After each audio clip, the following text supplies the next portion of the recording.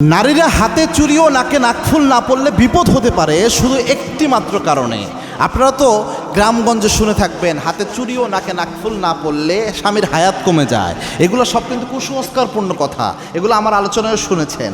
কিন্তু একটা কারণ এমন আছে যেই কারণে যদি স্বামীর জন্য কোনো স্ত্রী নাকে নাকফুল এবং হাতে চুড়ি না পড়ে তাহলে একটা বিপদ হতে পারে।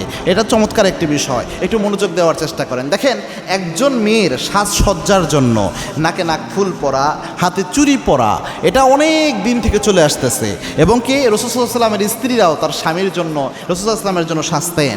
এবং আল্লাহর হাবিব সাল্লাল্লাহু আলাইহি ওয়াসাল্লামের জামানায় যে স্বামী যেইভাবে পছন্দ করতো হালাল বৈধ, ওইভাবে তার স্ত্রীরা সাজতেন। সাহাবা একরামের মধ্যে যে মহিলা সাহাবীরা ছিল তারা তার স্বামীকে সন্তুষ্ট করার জন্য।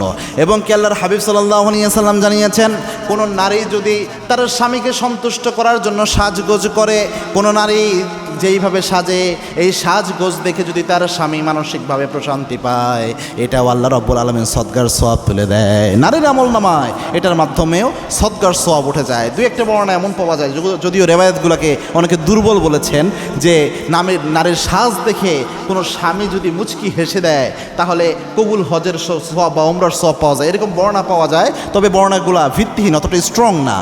এরকম এক বিষয় অনেক সহিহ রেওয়ায়াত আছে যে নারীরা তার স্বামীকে সন্তুষ্ট করার জন্য সাজবে। এখন কোনো নারী যদি হাতে চুড়ি পরবে, নাকে নাকফুল পরবে, এটা যদি তার স্বামীর পক্ষ থেকে বাধ্যবাধকতামূলক না হয় তাহলে সে না পড়লেও কোনো সমস্যা হবে না। স্বামীর হায়াতও কমবে না, তার স্বামীর রিজিকের বরকতও কমবে না, কোনো কিছুই হবে না। এগুলো কুসংস্কার, পারলে এগুলো বিশ্বাস করলে গুনাহ হবে। কিন্তু যদি কোনো স্বামী এমনটা পছন্দ করে যে স্ত্রীকে সে হাতে চুড়ি পরা অবস্থায় দেখতে পছন্দ করে, লাল চুড়ি পরা অবস্থায় দেখবে, অথবা তার স্ত্রী নাকে নাকফুল থাকবে, এটা তার পছন্দ, কোনো স্বামীর এটা ভালো লাগে কিন্তু তার স্ত্রী এটা পড়তে ভালো লাগে না, এরকমটা যদি হয় তাহলে সেক্ষেত্রে তার স্বামীর পছন্দের বিপরীত করার কারণে ওই নারী কিয়ামতের দিন এর জন্য প্রশ্নের সম্মুখীন হতে পারে। কেননা সে তার স্বামীকে, তার ভালো লাগার, স্বামীর ভালো লাগার একটা জিনিসকে সে মূল্যায়ন করলো না, এটার জন্য সে আল্লাহর কাছে, আল্লাহর দরবারে দাঁড়াতে পারে। তবে এটা কখনো কুসংস্কার হিসাবে আপনি নিতে পারবেন না, নিলে আপনার আমলনামায় শিরকের গুনাহ হবে।